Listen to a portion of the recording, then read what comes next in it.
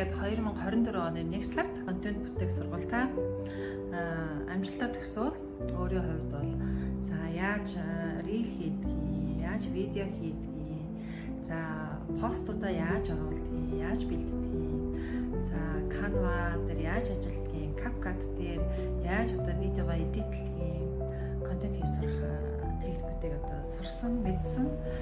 Маш их сонирхолтой атлет талаар дүүрэн 30 хоног байсан.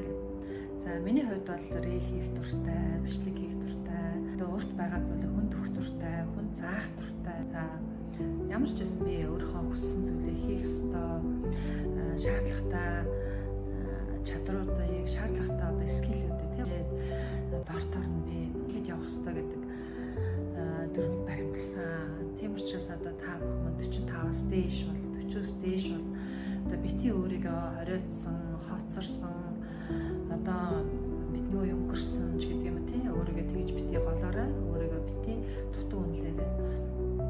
Нэг сурна, за амжихгүй бол дахиад хоёр дахь сур. Ерөөсө бити боож өгөрөө. За тэгснээрээ би өнөөдөр өөрийнхөө Signature Style Mongolia гэдэг пэйжийг 2024 оны яг 3 сард байна уу да. 2-3 сард би нээжсэн.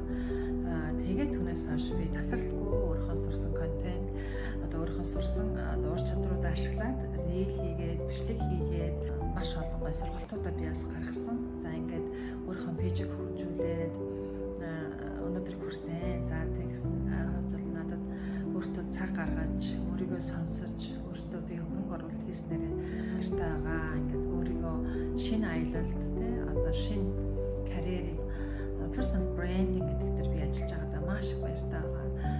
Би шийдвэр гаргасандаа үнэхээр сэтгэл хангалуун байна гэв.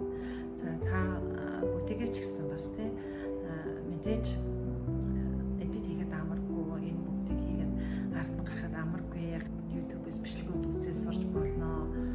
Гэхдээ бас амаргүй учраас багшаа удирдлаганд 30 хоног маш гоё системтэй ингээд хичээл болгоод оруулчихсан.